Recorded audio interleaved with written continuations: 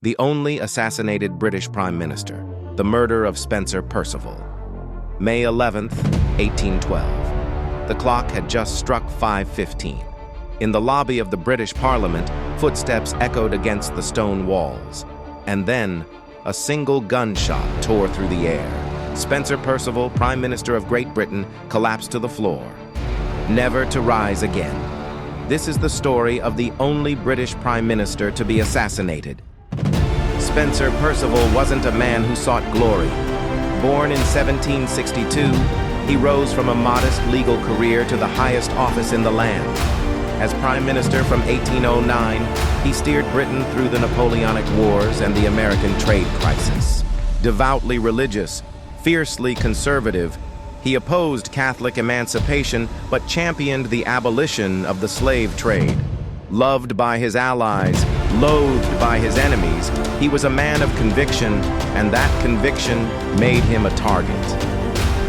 John Bellingham, a Liverpool merchant. Years earlier in Russia, he was falsely accused of debt, imprisoned, and financially ruined.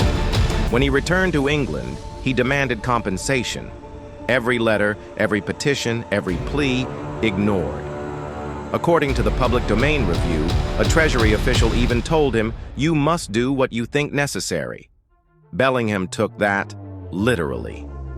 In April 1812, Bellingham purchased 2 large-caliber pistols and had his tailor sew a hidden pocket into his coat. He began haunting the corridors of Parliament, sitting quietly, watching, waiting. For weeks, he studied the movements of his future victim. May 11th, 1812. The House was in session. As Perceval entered the lobby, Bellingham stepped forward. Witnesses recall the assassin raising his arm without hesitation. A deafening crack. The bullet struck Perceval in the chest, just inches from his heart. Some heard him cry, "Murder!" Others swore he whispered, "Oh my God!" before collapsing. Members of Parliament rushed to his side, carrying him into the Speaker's room, but it was too late. The Prime Minister was dead before the doctor arrived. And Bellingham? He didn't run. He calmly sat down on a bench in the lobby, waiting to be arrested. To him, this was not a crime of passion. It was, as he called it, a necessary act of justice. 4 days later, on May 15th, Bellingham stood trial at the Old Bailey. His defense attempted to plead insanity. He refused. He wanted the world to know this was deliberate. The jury deliberated for just 14 minutes before finding him guilty. On May 18th, barely a week after the assassination, John Bellingham was hanged outside Newgate Prison. His body was taken for dissection at St. Bartholomew's Hospital. The murder shocked the establishment, but not the entire nation. In some towns, people celebrated.